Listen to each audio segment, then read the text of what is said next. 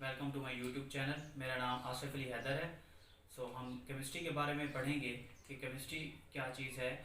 मेरे चैनल को stuffed chemistry उसको फॉलो कीजिए, उसको सब्सक्राइब कीजिए और अगर वीडियोस अच्छी लगें तो उनको शेयर कीजिए।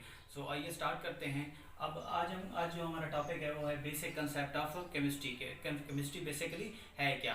अगर हम देखें तो केमिस्ट्री जो है बेसिकली वो क्या है। केमिस्ट्री तो बेसिकली जो केमिस्ट्री है वो क्या है, study of matter. Study of matter. अब मैटर क्या है। Matter everything which has a weight and occupies space. वो आपके पास क्या है, मैटर है जिसमें कोई ना कोई उसकी शेप होती है और जगह घेरता है, वो वजन होता है। वेट एंड स्पेस, और स्पेस ऑक्यूपाई करता है तो वो हमारे पास क्या है, मैटर है। अब अगर हम क्लासिफाई करें मैटर को तो हम इसको दो तरीके से क्लासिफाई कर सकते हैं। इसको हम फिजिकल स्टेट की बेस पे क्लासिफाई कर सकते हैं।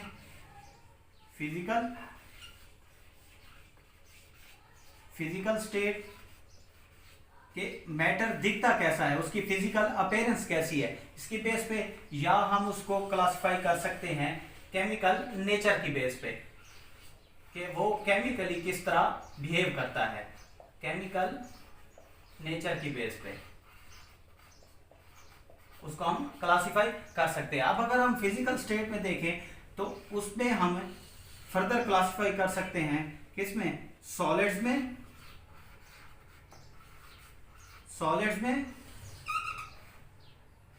लिक्विड्स में एंड गैसेस में। सॉलिड्स हमारे पास क्या होते हैं, सॉलिड्स हमारे पास उनकी कोई ना कोई डेफिनेट शेप होती है, उनकी इंटरमॉलिक्यूलर फोर्सेस जो होती हैं वो बहुत ज़्यादा स्ट्रॉन्ग होती हैं और इंटरप्लेनर स्पेसेस जो होती हैं वो कम होती हैं, उनकी डेफिनेट शेप होती है। तो ये क्या होते हैं, रिजिड होते हैं, यानी कि हम इनको बहुत ही ज़्यादा फोर्स लगाकर तोड़ सकते हैं। कम फोर्स में ये तोड़े नहीं जा सकते। उसके बाद अगर लिक्विड्स को देखें तो लिक्विड्स की जो इंटरमॉलिक्यूलर फोर्सेस होती है वो एज कम्पेयर टू सॉलिड कम होती हैं। उसके बाद तो इसलिए अगर हम लिक्विड को देखें तो ये क्या हो सकते हैं, ये फ्लो कर सकते हैं। ये जिस कंटेनर में हम इनको डालें तो ये उसकी वो शक्ल को अपना लेते हैं, तो इसीलिए ये बह सकते हैं, मतलब फ्लूइड्स होते हैं। तो इसी तरह अगर हम गैसेस को देखें तो गैसेस में जो होता है, जो इंटरमॉलिक्यूलर फोर्सेस होती है वो नेग्लिजिबल होती हैं लेकिन बहुत ही स्मॉल होती हैं। इनके मॉलिक्यूल जो होते हैं, आइटम्स होते हैं, वो बहुत ज़्यादा क्या होते हैं, दूर होते हैं। तो अगर हम इन पर प्रेशर अप्लाई करें तो फिर ही हम इनको आपस में इकट्ठा कर सकते हैं। तो इसी तरह अगर हम देखें कि केमिकल नेचर की बेस पे अगर हम देखें तो केमिकल नेचर की बेस पे हम फर्दर क्लासिफाई कर सकते हैं मैटर को प्योर एंड इम्प्योर में, कि मैटर प्योर भी हो सकता है और इम्प्योर भी हो सकता है। अब अगर हम प्योर की बात करें तो प्योर जो होता है वो क्या होता है हमारे पास, सब्सटेंस, यानी कि जो हमारे पास matter in pure form is substance and matter in impure form is mixture. तो ये हमारे पास क्या होता है, मिक्सचर। अच्छा, अगर हम सब्सटेंस को देखें यानी कि प्योर मैटर को देखें तो उसको हम फर्दर क्लासिफाई कर सकते हैं किसमें, एलिमेंट में और कंपाउंड में।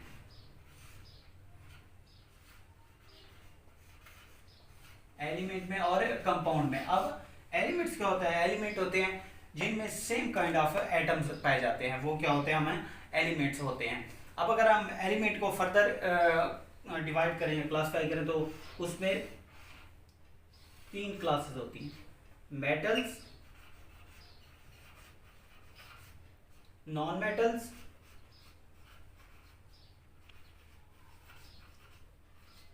And metalloids.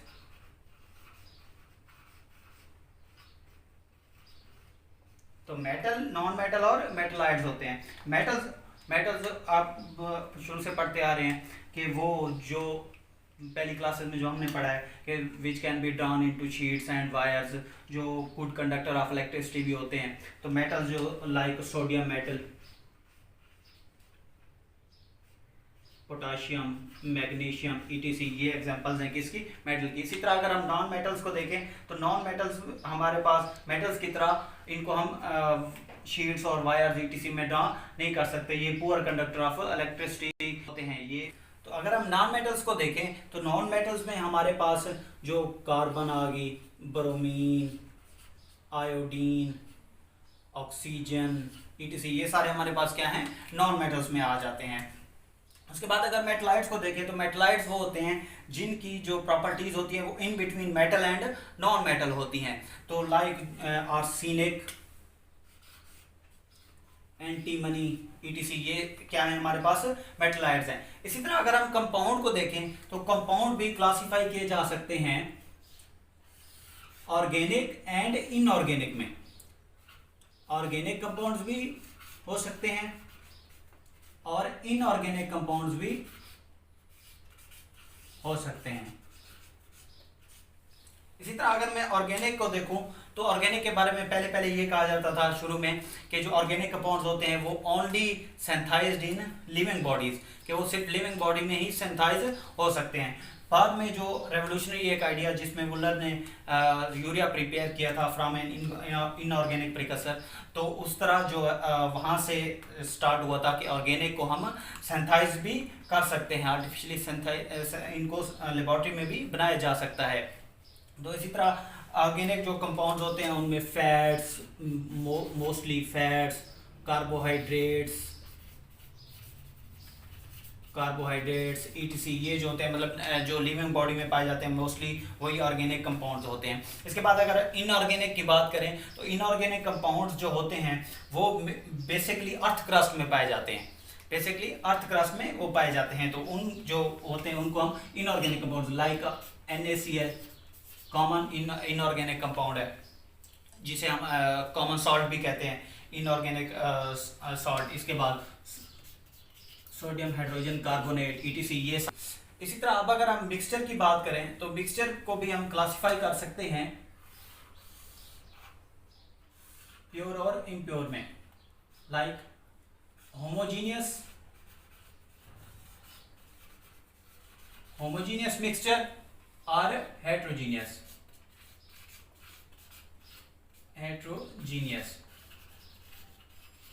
अब homogeneous composition, homo mean same, तो इसका मतलब होमोजीनियस मिक्सचर वो होते हैं जिनकी जो कंपोजिशन होती है वो थ्रू आउट सेम होती है। अगर थ्रू आउट लाइक एयर,